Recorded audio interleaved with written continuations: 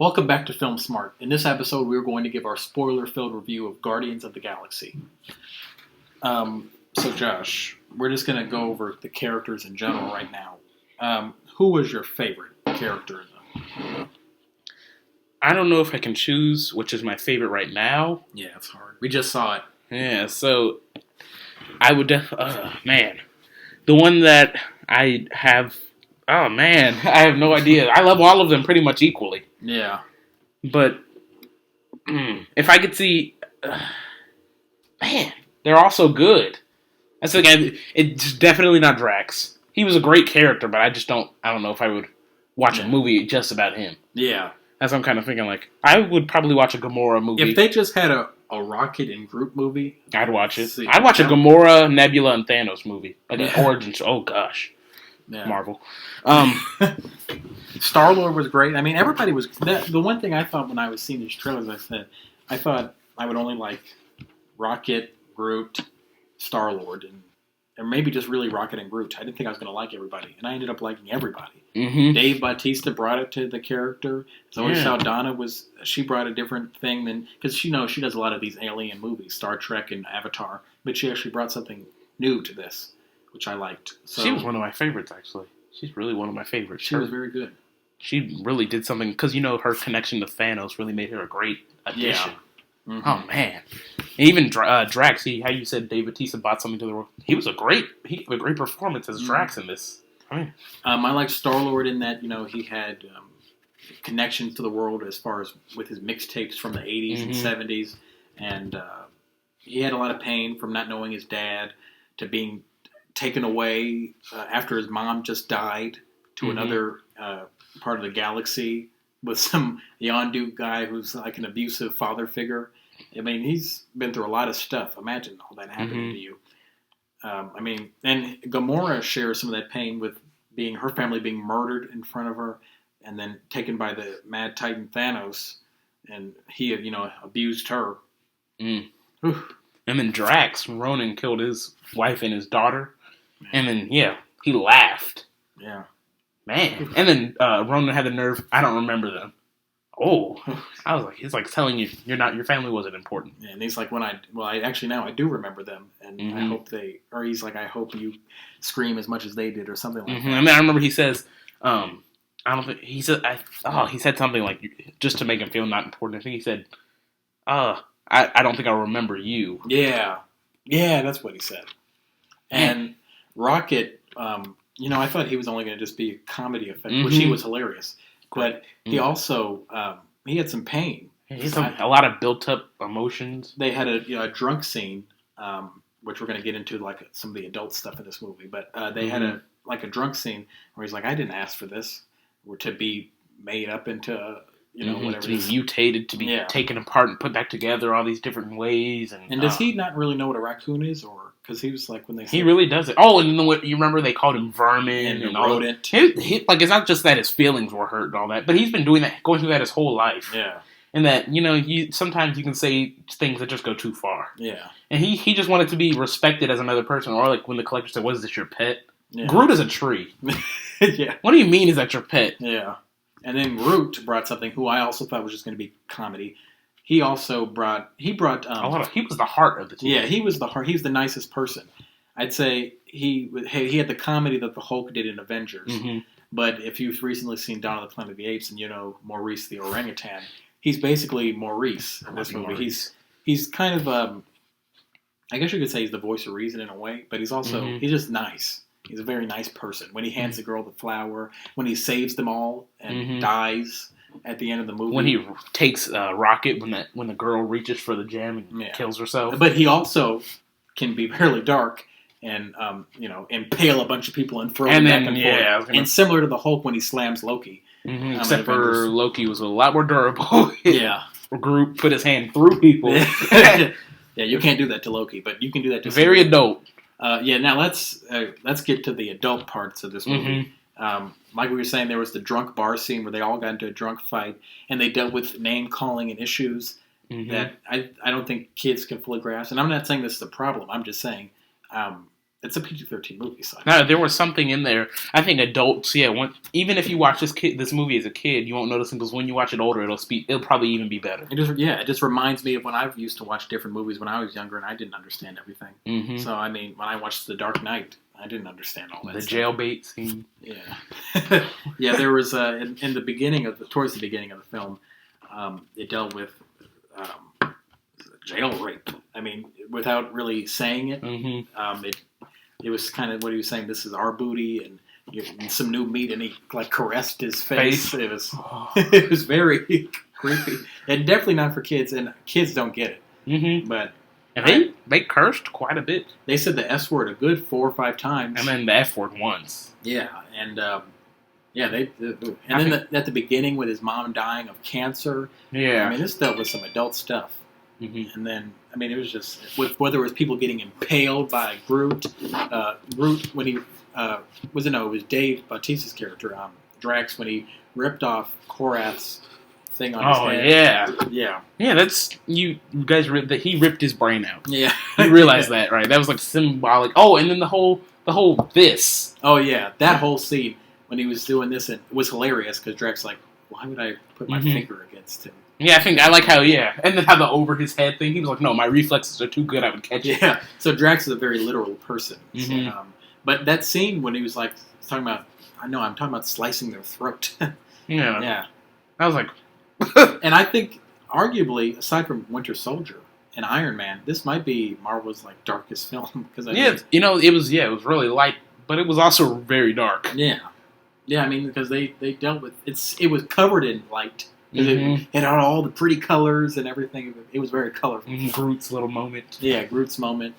But then deep down, like Rocket Raccoon, he could be I could see a Rocket Raccoon rated R film because I feel like they held this character back. I mean, this potty mouth Rocket Raccoon. He's a potty mouth. He shoots people. He's a bounty hunter. Remember, him and Groot were bounty hunters. He uses guns. I mean, he just big. Oh, it was awesome. I mean, this is Marvel's craziest film, and I have a lot of respect for Marvel for making this. Yeah. Because they have all these other characters that they could have just made. Like, they could have just made another Iron Man movie, probably. Because they still have all these people under contract. But they decided to go with Guardians of the Galaxy, something that was really big risk. But we can get into that more later.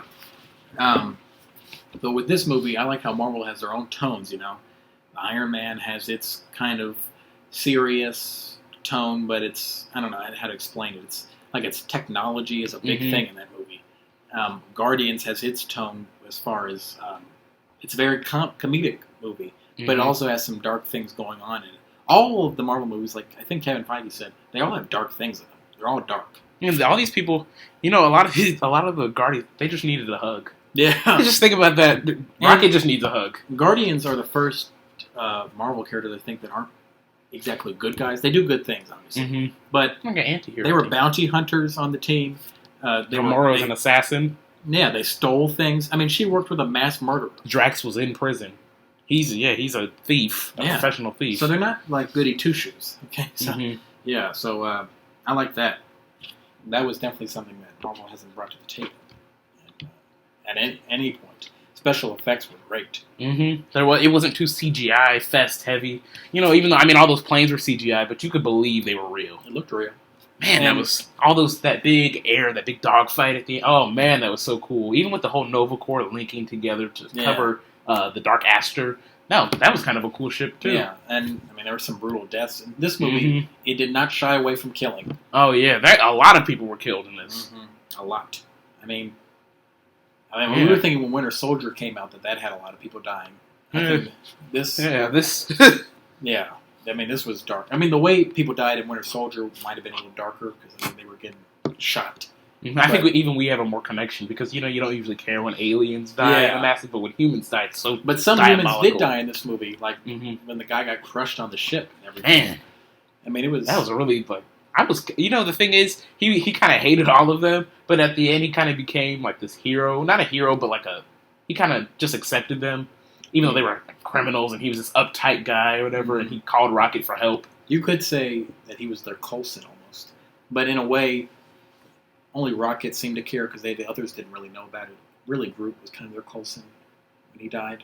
But obviously he's not dead. Man, they wouldn't have killed Rudolph in the first movie. Yeah. And plus, you can't kill Rudolph really. Yeah, he just grows. You can't, just like grass. Grass is virtually indestructible. So, I mean, you just can't destroy it. And he's a plant, so basically a plant person. If you're wondering why we keep looking at it, we have a background on his laptop of Guardians. Mm-hmm. And it's a nice thing to look at. Very nice. It's very colorful. Just like the movie.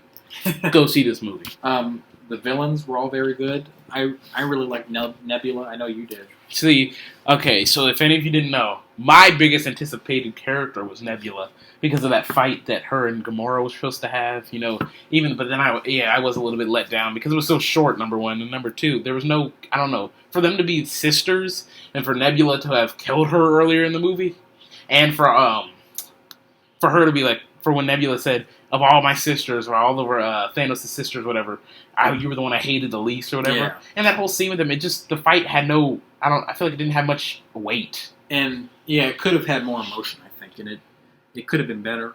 Although, Nebula looks like she's going to be in the next one, or somewhere down the line. Yeah, she survived. She took that ship and then... Yeah, she's obviously going to play a bigger role later on. And I'm glad, because I like Karen Gillan. And it would be great if in Guardians 2, the main character was a woman. I mean, the main villain was a woman. I think she could really morph into something. Because, didn't she betray Thanos? Yeah, because remember she said, you're going to kill my father after this thing, and I'm going to help you destroy 1,000 more planets. She's evil. Yeah. She's not bad, she's evil. Yeah. Okay? There's just being a little grumpy and bad. No, she's pure evil. A little grumpy. Yeah. Ronan, I think, could have been better, but he was better than I thought he would be. Mm-hmm. So, Lee Pace, he gave as good a performance as he could. Yeah.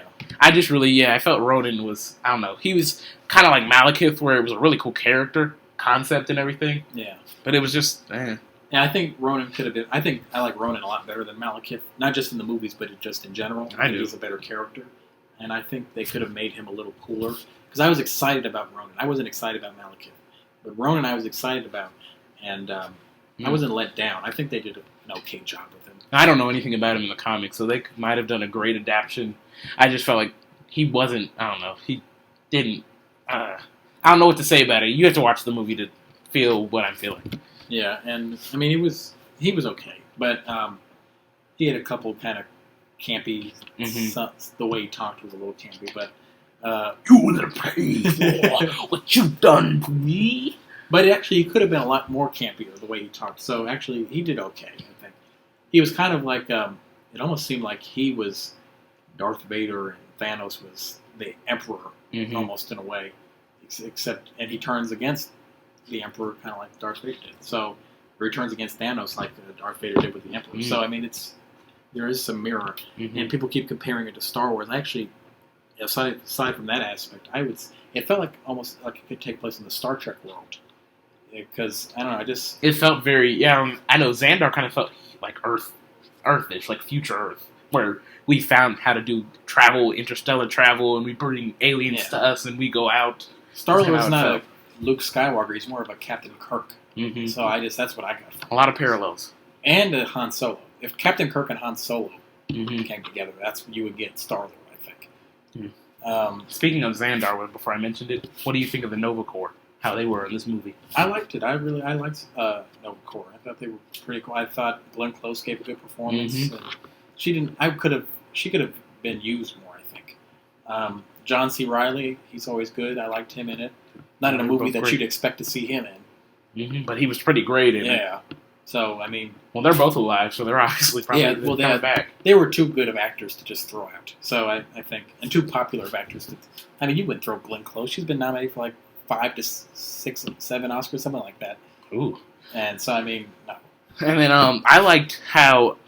I don't know. It's almost like how this is what I wanted from Green Lantern. I kind of got that same... I got fulfilled a little bit, because that's what I wanted to see in Green Lantern, was the whole space police type thing, and how the Green Lanterns were doing this. But really, I don't know. Green Lantern didn't deliver on any level. And people say that Guardians is the first Marvel space film. I would say really Thor was, in a way. That was very, And Thor the Dark World was more cosmic than the first one. I would just say Guardians did a much better job than Thor the Dark World. This movie was actually good. Yeah. This was I mean, we could go on for hours on it. I mean, it had great action, great special effects, great character development, all the stuff they've been through. I liked Yondu because the interesting thing about Yondu is he was an original Guardians character in the '60s, and then when they rebooted it in 2008, I think it was 2008, and they got all these new guys. So I like that they have a tie to the old one, and I kind of like Yondu kind of just to join, just kind of a nod to the old, because the old Guardians are really cool. But yeah, I really liked that, and the end credit scene with Howard the Duck. I was just about to mention that was really cool. That was I liked that nod. It's kind of cool to think that the Marvel Cinematic Universe has Iron Man, Captain America, and Howard the Duck. So I know that isn't Cosmo. Yeah, I think that was Cosmo. The Nowhere, the dog. Oh, remember? John Campea kept talking about it. I bet he's like some Russian space dog. And I thought about it. Yeah, so I was like, that had to be him. Yeah. I thought he was in it. I thought I had heard he was in the movie, so I was just thinking maybe that's him. Or it's just a random dog. Yeah, and I'm so glad Howard the Duck is in it. I don't know, when I saw him, I got so excited. Yeah. So I don't think he's going to get his own movie, but I wouldn't be surprised if he was in another Guardians movie. But obviously Guardians is going to team up with Avengers because of the connection to Thanos and that, and with the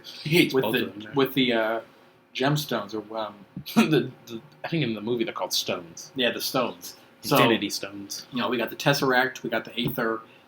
We're getting this one. This one has to do with space.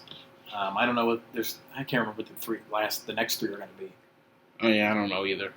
I'm sure one of them is going to be introduced with Doctor Strange. Mm-hmm. I guarantee that's going to happen. I wouldn't be surprised if one was introduced with Black Panther, and maybe. I think that's a good way to make Marvel. Yeah, they're telling this big story, and even though this movie was such a departure from the rest of the cinematic universe, it was a huge part of this grand story. Yeah, Marvel, the cinematic universe, it's incredible. And they said there's 2 stones on Earth, right? Mm-hmm. So Tesseract, and I wouldn't be surprised if the other one was connected to Black Panther, or maybe Miss Marvel because. They had the Kree and Guardians. That what gives her powers. And she's Kree. Or she has the whole Kree DNA thing, in her. yeah. So, yeah. I don't know. Who knows? And this is getting me all excited about even Ant-Man. Because I know that's kind of been going through some stuff recently. But every time I see a Marvel movie, I get more excited. For the next one? Yeah. So I'm getting excited. What would you give it out of 10? 9.5. I have to agree. Yeah, it was a marvelous movie. Yeah, it wasn't perfect, but it was very close to perfect. Solid. Yeah, I mean 9 point. I mean, there's a couple of problems I had with it as far as the villain. I think a little bit. Mm-hmm. Some of Gamora's action scenes seemed a little fake. Like you could tell that they were fake the way they were filmed. But aside from that, I mean, it was just a great movie. So I don't even know where it became. I mean, we could talk for hours. But I can't wait to see what they're going to do with Guardians again. This is becoming, I'd say this is probably my 3rd favorite Marvel film.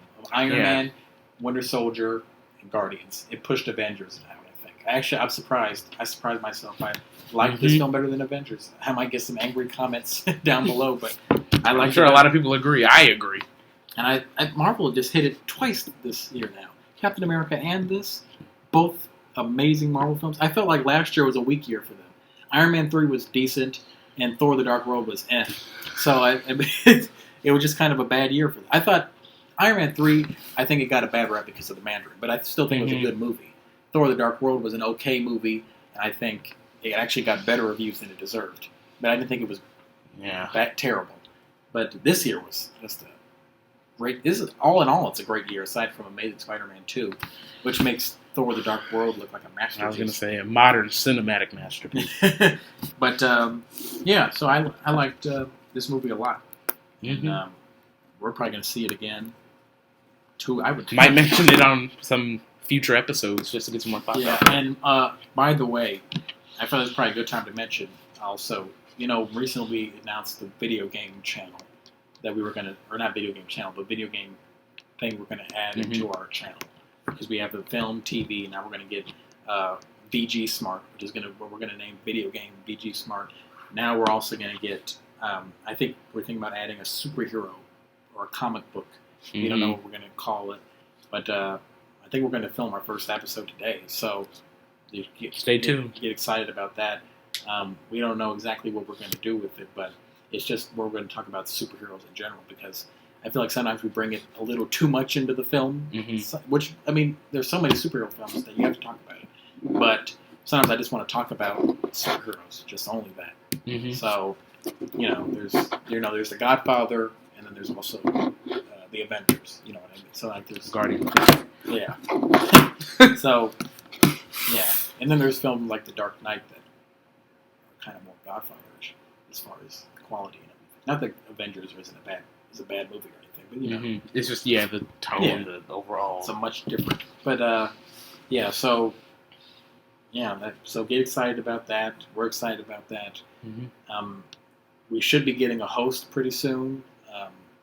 You could say we finalized a deal with one pretty recently. Alan Asher should be joining in the next 2 or 3 weeks. Connor should be joining. My friend Connor should be joining soon. So, we got a lot of big things coming up. So I just felt like that was important to mention. Like, subscribe to this channel if you haven't already. Comment, say, if we did good or not. And as always, stay film smart.